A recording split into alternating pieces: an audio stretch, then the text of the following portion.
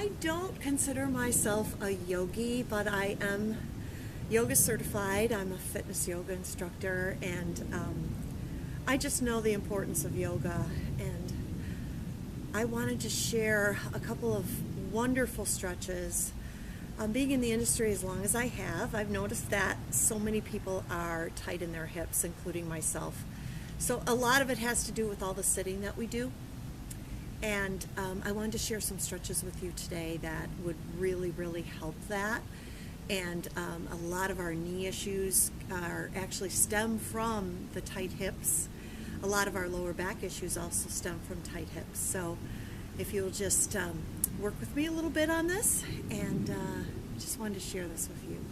So go ahead and bring your legs back. You can go into a cat-cow, a little bit of a cat-cow. So you're gonna inhale all the way up, tuck that tailbone under, tuck that chin under, and then exhale down, spreading those fingers nice and wide and opening up in between those shoulder blades when you inhale up, and exhaling back down and bringing that chin up.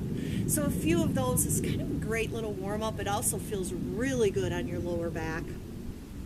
So many of us have lower back issues, and it really does feel good if you just get down on the floor and just do a few of those. So you're going to take your legs back, just do a little bit of a vinyasa here where we drop down on the ground. You can use your forearms down on the ground and then lift up, lengthening from the top of your head all the way to your toes, and then just lifting straight up like that. You can take it all the way up where your hands are next to your chest, under your shoulders, and pushing all the way up into a full cobra. It feels great on the lower back, but just work at your own pace, obviously. Don't be a hero. Then you can push back and curl those toes under and just reach into a puppy. It's a great stretch. Ears are between your arms. Forehead can go down to the mat. And then we're just going to go into one of those hip stretches. So right now you would be working, if you're facing me, you would be working your left hip, and your toes would come to your knee, to your right knee. Your left knee can go out to the side, and then slide that leg back. Slide that right leg back, and then just reach up and try to sit out a little bit on that left hip. You'll feel that stretch in that left hip. But to get a little bit deeper stretch yet, you can take it all the way down and just do a sleeping swan. I love to call it a swan. It's also a pigeon, but I just think a swan is just a prettier bird than a pigeon. So you just kind of sit it out on that glute or your buttocks, leaning in towards that left hip just a little bit more and resting there. Now, the longer you hold this, obviously, the more you're going to release those muscles and tendons. So sometimes, in a yin restorative, we'll hold that for a good 2 minutes, and it'll just feel wonderful by the time we're done. If it bothers you, you can come out of it and then start up again. But it's a great stretch. Then we're going to incorporate that other hip, actually. So that other hip, we're going to release it, and we're going to swing that right leg around, hug that in towards your chest, and just kind of lean into it and feel that stretch now in your right hip. It just feels so wonderful. You can eagle your arms if you like and lean further down into it, or just place your hands on the floor. If you can't, it's okay. You're going to work at your level now. We're not all Gumbies. We all have different flexibility, and it's okay. But these are going to help release those muscles that then will be pulling on your knees, pulling on your lower back, and provide so much more relief from some of those issues. So go ahead and hold that and push into that somewhat.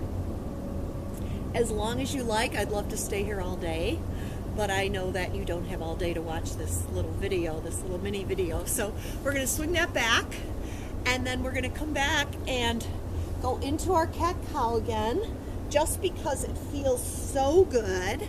Just releasing it, and then slide back, push down, push into our vinyasa. So go into a cobra or a modified cobra.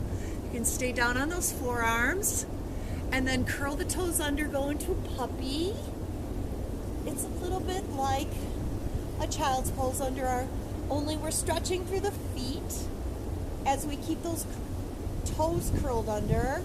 And then we're going to work that other side. So then your right toe comes to your left knee, and your right knee goes out to the side.